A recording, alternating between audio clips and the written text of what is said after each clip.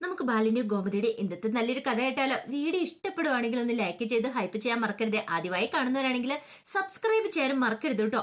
അങ്ങനെ ഒടുവില് നേരം വെളുത്ത് കഴിഞ്ഞപ്പോഴത്തേനും ദേവമംഗലത്തേക്ക് അച്യുതനും അനന്തനും നന്ദിതയൊക്കെ കൂടെ വരുവാണ്. അങ്ങനെ മുറ്റത്തേക്ക് വന്നിട്ട് നന്ദിതയും അനന്തനും കൂടെ മിത്രമോളെന്ന് വിളിക്കുകയാണ്. ഈ വിളിയൊച്ച കേട്ട് കഴിഞ്ഞപ്പോഴത്തേനും ആദ്യം ഗോമതിയാണ് പുറത്തേക്ക് ഇറങ്ങി വരുന്നത്.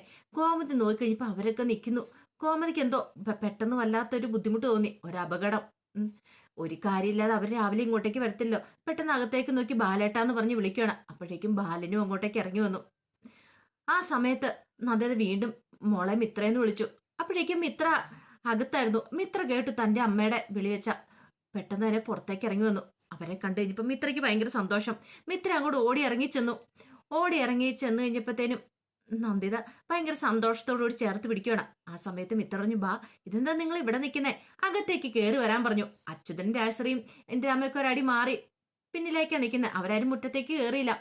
നന്ദിതയും അതുപോലെ ഈ പറയുന്ന അനന്തരം മാത്രമാണ് മുറ്റത്തേക്ക് കയറിയിട്ടുണ്ടായിരുന്നുള്ളൂ. ആ സമയത്ത് നന്ദിത പറഞ്ഞു, ഞങ്ങൾ അകത്തേക്ക് കയറാൻ വന്നല്ല, നിന്നെ വിളിച്ചോണ്ട് പോവാൻ വന്നാന്ന് പറഞ്ഞു. വിളിച്ചോണ്ട് പോവാനായിട്ടാ? അതേന്ന് പറഞ്ഞു. അപ്പോഴേക്കും ഗോമതി പറഞ്ഞു, അതെന്ത് പരിപാടി നിങ്ങൾ പറയണേ, മിത്രയെ വിളിച്ചോണ്ട് പോവാനോ? അവൾ ആരിന്റെ ഭാര്യയല്ലേന്ന് ചോദിച്ചു. അനന്തൻ പറഞ്ഞു, അവൾ എങ്ങനെ ആരിന്റെ ഭാര്യയായെന്നുള്ള എന്ന കാര്യം ഞങ്ങൾക്കറിയാം. അനുസരയെ പോലെ തന്നെയാണ്. ശരിക്കും പറഞ്ഞാല് എന്നെ പേടിച്ചിട്ടാണ് അവള് ആരിന്റെ ഭാര്യ, ആ കാര്യങ്ങളൊക്കെ എനിക്ക് അറിയാന്ന് പറഞ്ഞു. അപ്പോഴേക്കും നന്ദിത പറഞ്ഞു, അതെ, ശരിക്കും ഞങ്ങള് അന്നങ്ങനെ ചെയ്യാനായിട്ട് പാടില്ലായിരുന്നു. പക്ഷെ ഇപ്പൊ ഞങ്ങളുടെ മോളെ വിളിക്കാനായിട്ട് വന്നിരിക്കുക. ഞങ്ങൾക്കൊരു തെറ്റു പറ്റിപ്പോയി. അവൾ ആരിന്റെ ഭാര്യയാണോ അല്ലോ എന്നുള്ള കാര്യങ്ങളൊക്കെ ഞങ്ങൾക്കും വളരെ വ്യക്തമായിട്ട് അറിയാന്ന് പറഞ്ഞു. ആ സമയത്ത് ഗോമതി പറഞ്ഞു, അതൊന്നും ശരിയാവുന്ന കാര്യമല്ല, അവൾ എങ്ങോട്ടും വരാൻ പോകുന്നില്ല എന്ന് പറഞ്ഞു. നന്ദിത പറഞ്ഞു, അതെന്താ? അനുസരയെ വന്ന് വിളിച്ചു കഴിഞ്ഞപ്പോഴത്തേനും അനുസര ദേവമംഗലത്തേക്ക് പോകുന്നില്ല അവളുടെ അച്ഛൻ്റെയോടൊപ്പം. പിന്നെ മിത്രയെ വന്ന് വിളിച്ചാൽ അവൾക്ക് വന്നാൽ എന്താ എന്ന് ചോദിച്ചു. അത് കേട്ടപ്പോൾ ഗോമതി ആകെപ്പെട്ട രണ്ടാളിപ്പ്. ഗോമതി പറഞ്ഞു, അത് പിന്നെ അപ്പോഴേക്കും ബാലൻ തടഞ്ഞു. വേണ്ട ഗോമതി, തടയണ്ടെന്ന് പറഞ്ഞു. അപ്പോഴേ അത് കേട്ട് കഴിഞ്ഞപ്പോൾ അനന്തനും അച്യുതനൊക്കെ രണ്ടാളിപ്പോഴോട് ബാലനെ നോക്കുകയാണ്. ബാലൻ ഇങ്ങനെ പ്രതികരിക്കുമെന്ന് വിചാരിച്ചില്ല. ബാലൻ പറഞ്ഞു, അതെ, മിത്രയുടെ ഇഷ്ടം എന്താന്ന് വെച്ചാൽ അത് നടക്കട്ടെ. മിത്രയ്ക്ക് ദേവമംഗലത്ത് വന്നിട്ട് ഒരു നല്ല സൗകര്യം കൊടുക്കാൻ നമ്മളെ കൊണ്ട് സാധിച്ചിട്ടില്ല. മിത്രയ്ക്ക് ദേവമംഗലത്തെ കഷ്ടപ്പാട് തന്നെയാണ്. അത് കേട്ടപ്പോൾ മിത്ര ബാലിനെ ഒന്ന് നോക്കുകയാണ്. അവൾക്ക് അവളുടെ സ്വന്തം വീട്ടിലാണെങ്കിൽ അച്ഛനുണ്ട്, അമ്മയുണ്ട്, സുഖസൗകര്യങ്ങളെല്ലാം ഉണ്ടായിരിക്കും. പക്ഷെ ഇവിടെ അതില്ല. ആരിനാണെങ്കിൽ നല്ലൊരു ജോലിയും വരുമാനവും ഒന്നുമില്ല. നാളെ ഇനിയിപ്പോൾ അവന് നല്ലൊരു ജോലി കിട്ടുമോന്നും പറയാൻ പറ്റില്ല. പിന്നെ നല്ലൊരു ജോലിയും വരുമാനവും ഇല്ലാതെ അവനോടൊപ്പം അവൾ എങ്ങനെ ജീവിക്കാനായിട്ടാ? പിന്നെ അവളൊക്കെ അവളുടെ വീട്ടിലേക്ക് പോവുകയാണെങ്കിൽ അച്ഛൻ്റെ അമ്മയുടെ ഒക്കെ തണലില്ല നല്ല സുഖ സൗകര്യങ്ങളോടെ ജീവിക്കാം. ഇവിടുത്തെ പോലെയൊന്നും അല്ല. അതുകൊണ്ട് മിത്രയാണ് ഇതിനൊരു തീരുമാനം എടുക്കേണ്ടത്, തീരുമാനം പറയേണ്ടതെന്ന് പറഞ്ഞു. ഒരു നിമിഷം എല്ലാവരും ഒന്നും ഞെട്ടിപ്പോയി. മീനാക്ഷിയും എല്ലാം ഞെട്ടിപ്പോയി. അപ്പൊ അകത്ത് ഇതെല്ലാം കേട്ട് ആരിനും നിൽക്കുന്നുണ്ടായിരുന്നു. ആരിനും എന്ത് ചെയ്യണമെന്ന് ഒരു നിമിഷം അറിയത്തില്ല. ആ സമയം മിത്ര ഇങ്ങനെ ഒന്ന് ആലോചിച്ചു. പിന്നീട് നേരെ ഇപ്പൊ വരാന്ന് പറഞ്ഞുകൊണ്ട് അകത്തേക്ക് അങ്ങോട്ട് കയറി പോവുക. അച്യുതനും രാശ്രീ എല്ലാം ഭയങ്കര സന്തോഷത്തോടെ ഇങ്ങനെ നിൽക്കുകയാണ്. ഇപ്പോഴേക്കും ഇപ്പൊ തന്നെ മിത്ര തിരികെ വരുമെന്നും പറഞ്ഞുകൊണ്ട് അങ്ങനെ മിത്ര അകത്തേക്ക് ചെന്നിട്ട് തന്റെ ഡ്രസ്സുകളൊക്കെ ഒരു ഭാഗ്യനകത്തേക്ക് എടുത്തു വെക്കുന്ന സമയത്ത് ആരിനിങ്ങനെ മിത്രയെ തന്നെ നോക്കുകയാണ്. അങ്ങനെ ഡ്രസ്സൊക്കെ എടുത്തു വെച്ചിട്ട് മിത്ര ആരിനോട് പറഞ്ഞു, അതെ, ഞാൻ എൻ്റെ വീട്ടിലേക്ക് പോകുകയാണ്. അതാണോ നല്ലതെന്ന് എനിക്ക് തോന്നുന്നുണ്ട്. അവരെന്നെ വിളിക്കാൻ വേണ്ടി വന്നിട്ടുണ്ട്. പക്ഷെ ആര്യ, ഞാൻ പറഞ്ഞിട്ടല്ല കേട്ടോ എൻ്റെ അച്ഛൻ ഇവിടേക്ക് വന്നത്. ഒരു പക്ഷെ എൻ്റെ മന ഉരുകിയത് അവരറിഞ്ഞിട്ടുണ്ടായിരിക്കും. അതുകൊണ്ടായിരിക്കും. എത്രയൊക്കെയെന്ന് പറഞ്ഞാലും അച്ഛനും അമ്മയല്ലേ, അവർക്ക് മക്കളെ ഉപേക്ഷിക്കാൻ പറ്റില്ലല്ലോ. അച്ഛൻ്റെ അമ്മയുടെ അത്ര സ്നേഹം തരുന്ന വേറെ ആരും ഈ ഭൂമിയിലില്ല എന്നൊക്കെ ഭയങ്കര ഡയലോഗ് അടിക്കുകയാണ്. അപ്പോഴേക്കും ആരും വല്ലാത്തൊരവസ്ഥയുടെ മിത്രയെ നോക്കുകയാണ്. സ്വരം തന്നപ്പോഴേ പാട്ട് നിർത്തുന്നത് നല്ലതെന്നല്ലേ കാരണന്മാര് പറയണേ. അത് ശരിയാന്ന് എനിക്ക് തോന്നുന്നുണ്ട്. ഇപ്പം നമ്മൾ തമ്മിൽ കുറച്ച് വഴക്കുകളും കാര്യങ്ങളൊക്കെ തുടങ്ങിയിട്ടുണ്ട്. ഇതിങ്ങനെ മുന്നോട്ട് പോയിട്ടുണ്ടെങ്കിൽ അത് കൂടി കൂടി വരത്തുള്ളൂ.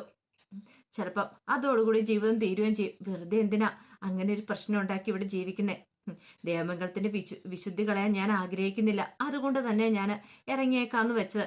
അല്ലെങ്കിലും ഞാൻ ആരിന്റെ ജീവിതത്തിൽ നിന്ന് പോയാലോ ആരിന് നല്ലൊരു ജീവിതം ഉണ്ടാകത്തുള്ളൂ.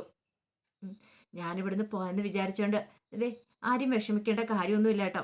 ഞാനിവിടുന്ന് പോയാലും സാധാരണഗതിയിൽ എല്ലാവരും പറയും നമ്മൾ നല്ല സുഹൃത്തുക്കളായിരിക്കുന്നു. പക്ഷെ അങ്ങനെ വേണ്ട. കാരണം നല്ല സുഹൃത്തുക്കളായിട്ട് ഇരുന്നിട്ടുണ്ടെങ്കിൽ വീണ്ടും നമുക്ക് ഒന്നിക്കണം എന്ന് തോന്നും. അതിന്റെ ആവശ്യമില്ല എന്ന് പറഞ്ഞു. ഞാനിവിടുന്ന് പോയിട്ടുണ്ടെങ്കിൽ ആരിന്റെ സ്വപ്നങ്ങൾ നിറവേറ്റണം, ട്രാവൽ ഏജൻസി തുടങ്ങണം, അങ്ങനെ ബിസിനസ്സൊക്കെ വളർത്തി വലുതാക്കണം. പിന്നെ ഞാനിവിടുന്ന് പോയെന്ന് ഓർത്തുകൊണ്ട് ഞാൻ തളർന്നിരിക്കില്ല. ഞാൻ പോയി ഞാൻ നല്ല പോലീസ് ഓഫീസർ ആകുക തന്നെ ചെയ്യും. പിന്നെ ആര്യ നല്ലൊരു പെൺകുട്ടിയെ വിവാഹം കഴിച്ച് നല്ല സന്തോഷത്തോടെ ജീവിക്കണം. എനിക്ക് എന്താണെങ്കിലും ആരിനെ കുറിച്ചുള്ള നല്ല ഓർമ്മകൾ മതി ജീവിക്കാനായിട്ട്. ആര്യൻ എനിക്ക് അത്ര നല്ല ഓർമ്മകളൊക്കെ തന്നിട്ടുണ്ടല്ലോ, എനിക്ക് അത് മതി എൻ്റെ ജീവിതത്തിൽ. ആരിനൊന്നും മിണ്ടാതെ ഇങ്ങനെ നിൽക്കുകയാണ്. ആരിന് എന്ത് ചെയ്യണമെന്ന് അറിയത്തില്ല. അപ്പോഴേക്കും മിത്ര പറഞ്ഞു, നമ്മൾ പിരിയുകയെന്ന് പറഞ്ഞിട്ട് നമ്മുടെ കണ്ണ് നിറയുന്നില്ല. എന്തുകൊണ്ടാണെന്നറിയാവോ? നമ്മൾ രണ്ടുപേരും ആഗ്രഹിച്ചിരുന്നൊരു കാര്യമായിരിക്കണം ഒരുപക്ഷെ ഇങ്ങനെ ഒരു വേർപാട്, അതുകൊണ്ടായിരിക്കും. പിന്നെ നമ്മൾ രണ്ടുപേരും ഒന്നിച്ചൊരു ബെഡിൽ കിടന്ന് ഉറങ്ങാത്തതുകൊണ്ട് അതിൻ്റെതായ ഇനി കണക്ക് പറച്ചിലും കാര്യത്തിൻ്റെ ഒന്നും ആവശ്യമില്ലല്ലോ എന്നൊക്കെ പറഞ്ഞു. അതും പറഞ്ഞിട്ട് മിത്രയും കൂടെ തിരിയുമ്പോഴത്തേനും ഒരു നിമിഷം ആരിന് എന്ത് ചെയ്യണമെന്ന് അറിയത്തില്ല. ആരിന് വിലക്കണമെന്നുണ്ട്, ആരിങ്ങനെ മിത്ര എന്ന് പറഞ്ഞ് വിളിക്കണമെന്നുണ്ട്. ആരിന് എന്ത് ചെയ്യണമെന്ന് അറിയത്തില്ലാത്ത വല്ലാത്തൊരവസ്ഥയായി പോയി. മിത്ര അപ്പോഴേക്കും പുറത്തേക്ക് ഇറങ്ങിപ്പോയി. അങ്ങനെ ഒടുവില് മിത്ര വീണ്ടും സിറ്റ് ഔട്ടിലേക്ക് വന്നു കഴിഞ്ഞപ്പോഴത്തേനും എല്ലാരും മിത്രയെ നോക്കണം. ആ സമയം നന്ദിത പെട്ടെന്ന് മിത്രയുടെ കയ്യിലേക്ക് പിടിച്ചിട്ട് പറഞ്ഞു, വാ മോളെ നമുക്ക് ഇറങ്ങാന്ന് പറഞ്ഞു. പക്ഷെ മിത്ര നിന്നെടുത്തൊന്നും അനങ്ങിയില്ല. മോളെ ഇങ്ങോട്ടേക്ക് വരാനാ പറഞ്ഞേ. പക്ഷെ മിത്ര പെട്ടെന്ന് നന്ദിതയുടെ കൈ അങ്ങോട്ട് മാറ്റി. ഈ സമയത്ത് അനന്ത പറഞ്ഞു, മോളെ നീ എന്താ ഇങ്ങനെ നിൽക്കുന്നേ, വാന്ന് പറഞ്ഞു. ആ സമയത്ത് മിത്ര പറഞ്ഞു, നിങ്ങൾ പോയിക്കോ, ഞാൻ വരുന്നില്ല എന്ന് പറഞ്ഞു. പോവാനോ? അങ്ങനെ പോകാനല്ല ഞങ്ങൾ ഇങ്ങോട്ടേക്ക് വന്നേ, നിന്നെ ഞാൻ കൂട്ടിക്കൊണ്ട് പോകാനാ വന്നേന്ന് അച്യുതൻ പറഞ്ഞു. ആ സമയം ബാലൻ പറഞ്ഞു, അതെ അവൾക്ക് വരാൻ താല്പര്യമില്ലെങ്കിൽ അവളെ ഇവിടുന്ന് ആരും കൂട്ടിക്കൊണ്ട് പോകത്തില്ല. അവൾ എന്റെ മരുമകളാ. അവളുടെ ഇഷ്ടമുണ്ടെ മാത്രം അവളെ ഇവിടുന്ന് കൂട്ടിക്കൊണ്ട് പോകാനായിട്ട് പറ്റുള്ളൂ. അങ്ങനെ വെറുതെ കയ്യെ പിടിച്ച് വലിച്ചോണ്ടൊന്നും അങ്ങനെ പോകാൻ പറ്റില്ല എന്ന് പറഞ്ഞു.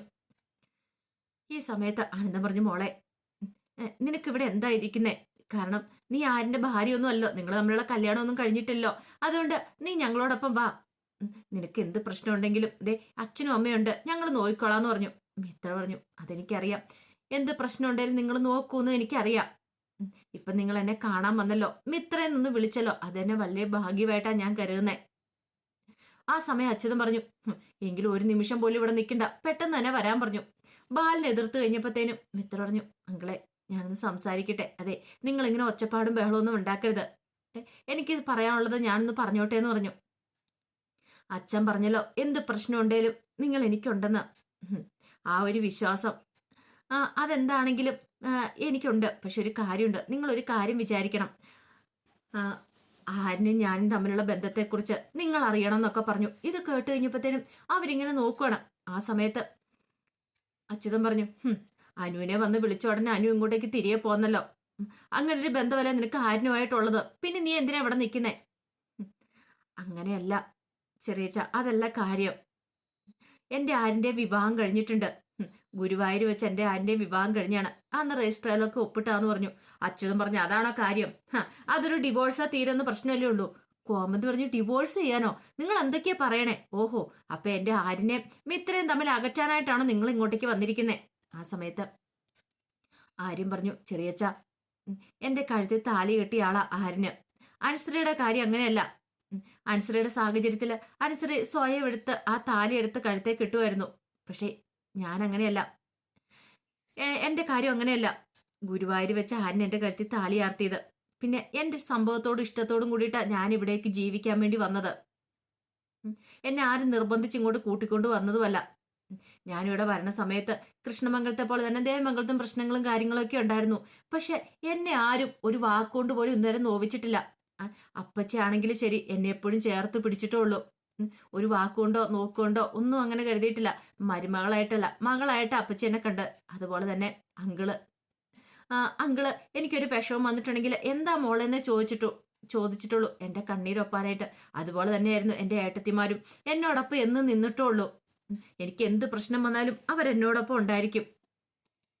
അതിനേക്കാളുപരി എന്റെ സ്വപ്നങ്ങൾക്ക് ചിറക് വീഴ്ത്താനായിട്ട് എന്നോടൊപ്പം എന്തിനും ഏതിനും കൂടെ നിൽക്കുന്ന എന്റെ ഭർത്താവായ ആരിനുണ്ട്. ഇതെല്ലാം അകത്ത് നിന്ന് കേട്ട ആരിന്റെയാണ് കണ്ണൊക്കെ നിറഞ്ഞു വന്നു. കാരണം ആരിന് ഇപ്പോഴാണ് ശരിക്കും മനസ്സിലാകുന്ന മിത്ര. ഒരു നിമിഷം മിത്ര പോകുമോ എന്നൊരു ഭയം ആരിന്റെ മനസ്സിലുണ്ടായിരുന്നു. എന്റെ എല്ലാ ആഗ്രഹങ്ങൾക്കും എന്നോടൊപ്പം കൂടെ നിൽക്കുന്ന എന്റെ ഭർത്താവാണ് ആരിന്. ഒരുപക്ഷെ ഞങ്ങൾ ഗുരുവായൂർ വെച്ച് വിവാഹം കഴിച്ച സമയത്ത് ഇങ്ങനെയൊന്നും ആയിരുന്നിരിക്കില്ലായിരിക്കാം. ഞാനന്ന് എന്റെ കുടുംബത്തിന് മാനം രക്ഷിക്കാൻ വേണ്ടിയിട്ടാ ആരിനോടൊപ്പം അനുസരി ചെയ്തപോലെ അതിനോടൊപ്പം ഇങ്ങോട്ട് വന്നേ. പക്ഷെ ഇവിടെ വന്നതിന് ശേഷം എന്റെ ജീവിതം ആകെപ്പാടെ മാറി മറിഞ്ഞു. അന്ന് വന്ന മിത്രയല്ല ഞാനിപ്പം. എനിക്ക് നല്ല മാറ്റമുണ്ട്. ഞാൻ ഇവിടെ ജീവിക്കാൻ ആഗ്രഹിക്കുന്നേ. അപ്പോഴേക്കും അച്യുതൻ പറഞ്ഞു, അനന്തേട്ടാ അവളുടെ കയ്യെ പിടിച്ചു വലിച്ചോണ്ട് ഞാൻ പറഞ്ഞു. അത് കേട്ടപ്പോൾ ഗോമതി പറഞ്ഞു, അതൊന്നും നടക്കില്ല. അനന്തേട്ടാ നിങ്ങളൊരു കാര്യം വിചാരിക്കണം. ഇപ്പോഴിവൾ എൻ്റെ മരുമകളാ, നിങ്ങളുടെ മകളായിരിക്കും, പക്ഷെ ഇവൾ എൻ്റെ മരുമകളാ. ഉം. ഇവൾക്ക് ഈ വീട് വിട്ടു പോകണമെന്ന് പറഞ്ഞിട്ടുണ്ടെങ്കിൽ ആ നിമിഷം ആദ്യം കഥ കൊടുക്കുന്ന ആൾ ഞാനായിരിക്കും, പോയിക്കൊള്ളാൻ പറഞ്ഞുണ്ട്. പക്ഷെ അല്ലാതെ ഇവളെ ഇവിടുന്ന് ബലമായിട്ട് കൊണ്ടുപോകാനായിട്ട് പറ്റില്ല എന്ന് പറഞ്ഞു. അത് തന്നെയാണ് ബാലനും പറയണത്. ബാലനും പറഞ്ഞു, എൻ്റെ മരുമകളാ ഇവള്. അപ്പം ഇവളുടെ കാര്യത്തിൽ തീരുമാനം എടുക്കാനായിട്ട് നിങ്ങൾക്ക് അവകാശമുള്ള പോലെ തന്നെ ഞങ്ങൾക്കും അവകാശമുണ്ട്. ഇവളുടെ തീരുമാനം പറഞ്ഞു കഴിഞ്ഞു.